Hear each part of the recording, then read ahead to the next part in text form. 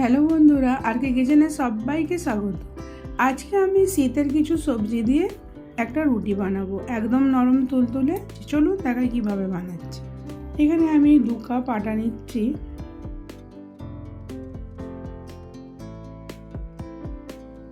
তারপর স্বাদ মতো নুন দিয়ে এটা জল দিয়ে ভালো করে গুলে নেবো।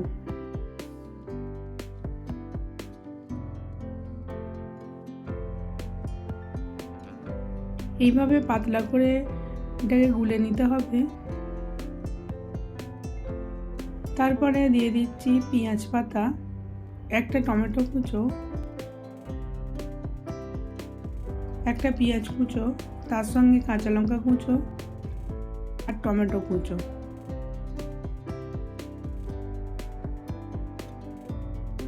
দিয়ে ভালো করে মিক্স করে নিচ্ছি।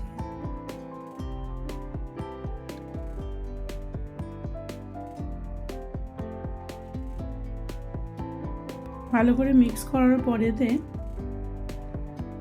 ফ্রাইং প্যানেতে একটু তেল লাগিয়ে নিয়ে এটাকে রুটির মতন দিয়ে দেবো। একটু ভালো করে এইভাবে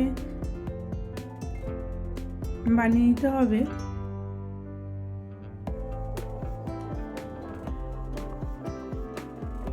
এটা দাদু দিদাদের জন্য ভালো হবে, বা ছোট বাচ্চাদের জন্য একদম নরম রুটি। এটা একটু তেল দিয়ে এটাকে আমি ভেজে নিচ্ছি।